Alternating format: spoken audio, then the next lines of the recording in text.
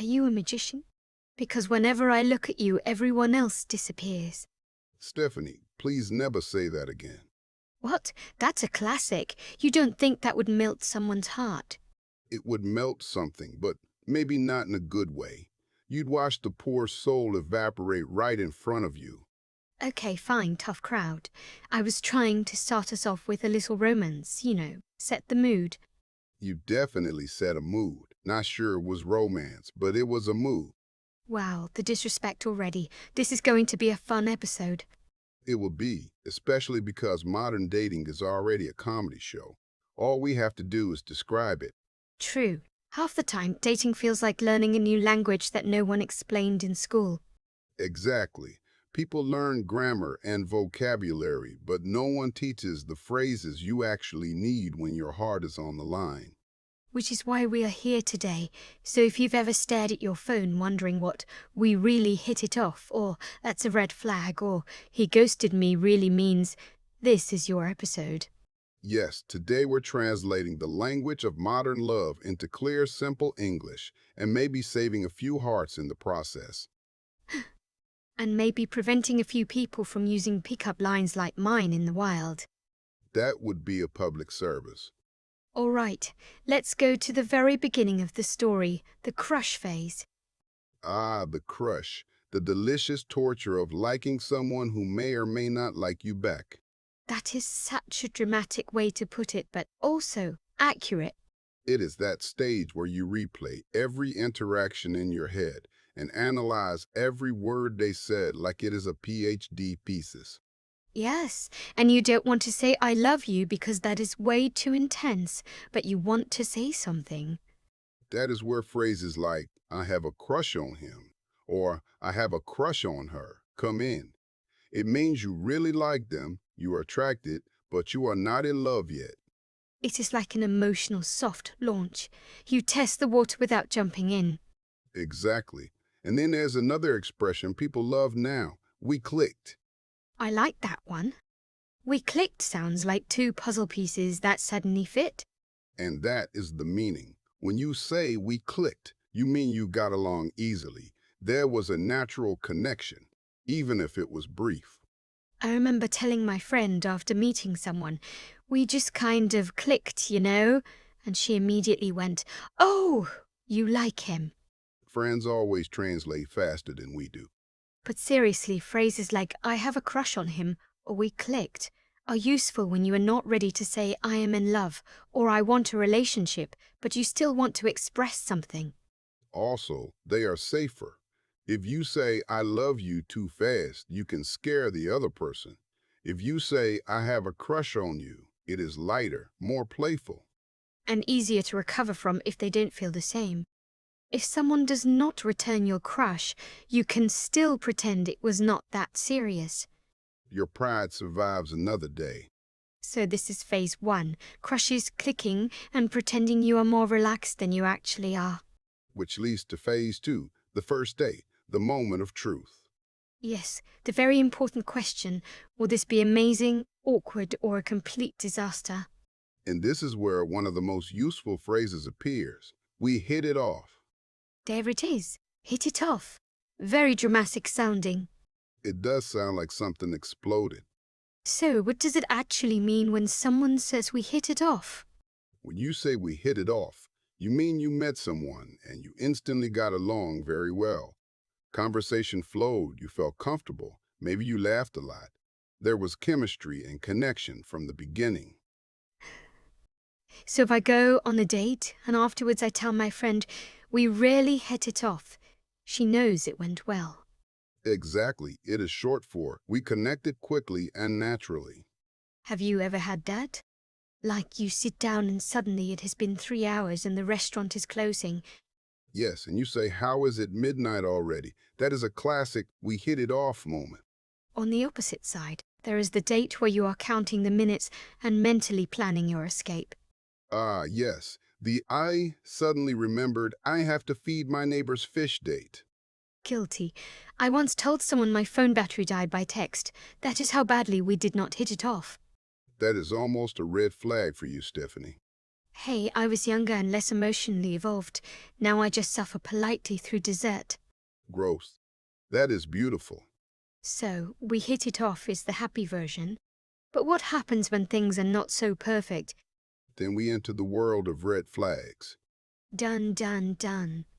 A red flag is a warning sign, something that suggests the person might not be good for you, or the relationship might be unhealthy, difficult, or even unsafe. So, like a tiny alarm bell in your brain. Exactly. For example, if someone is very jealous on the first few dates, that can be a red flag. If they lie about small things, that is a red flag. If they are rude to service staff, that is a red flag. Or if they say, I am bad at texting but somehow always manage to text their ex. That is a whole red flag collection. I used to ignore red flags because I liked the person so much. I would say, oh, he is just stressed, or she is just going through something. That is very common. People want the story to work, so they explain away the warning signs. But in the end, those red flags usually become the reason things fall apart. Exactly. The behavior you excuse in the beginning becomes the behavior that hurts you later. So, if you are listening and do see a red flag, maybe just do not paint it green. Wise advice. Notice it, take it seriously, and ask yourself, is this something I want to deal with long term? Okay, we have a crush, we hit it off, we notice red flags. That leads us to the darkest part of modern dating, disappearing acts. Yes, the famous vanishing trick called ghosting. And there it is, you said it, ghosted. Wait, ghosted? Like a spirit? Not exactly. In modern dating, being ghosted means someone you were talking to, maybe dating, suddenly cuts off all communication without any explanation. They stop replying to messages. They disappear from your life, but nothing bad happened to them. They just choose not to respond. So one day you were chatting, sending memes, making plans, and the next day, silence. Yes, no message, no conversation, no. I think we should stop seeing each other. Just nothing. That is rough. It feels like your relationship died, but no one told you there was a funeral. Exactly, and that is why it hurts. There is no closure, so people start blaming themselves or overanalyzing what went wrong. I remember the first time I got ghosted. I thought maybe his phone broke. Then, maybe he is in a remote village with no internet. Then I saw him post a story from a cafe. The cafe is never remote. I felt so silly, but now I realize it was not about me. That is important. Ghosting usually says more about the other person's communication skills than your worth.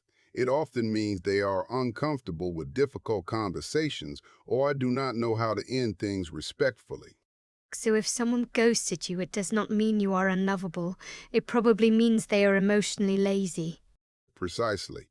A mature person will say, I do not think this is working instead of vanishing. Okay, we have enough theory. Should we have some fun and act this out? Yes, let us do a little first date role play to see how these words sound in real life. All right, scene. We have just met on a dating app, and now we are at a cafe on a Sunday afternoon. Very good. I will be nervous, but charming Matthew. And I will be overthinking, but cute Stephanie. Perfect casting. Stephanie. Hi, Matthew. It is nice to finally meet you in person. You look exactly like your photos, which is already a good sign. Guest, Matthew, and you look better than your photos, which I did not think was possible, so I might already have a little crush on you. Oh, starting strong.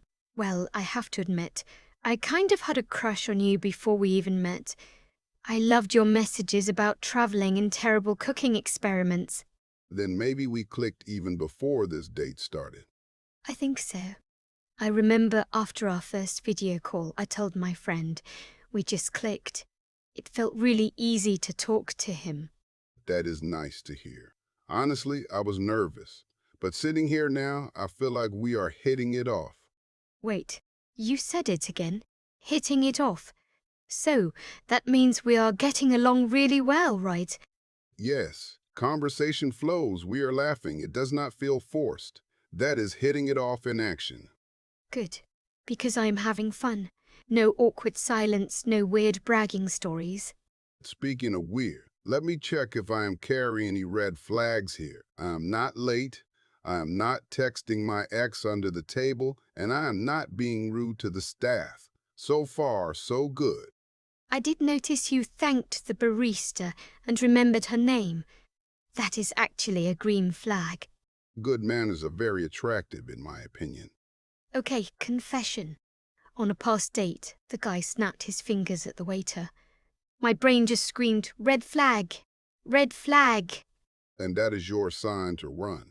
When someone is unkind to people who cannot give them anything, that is important information.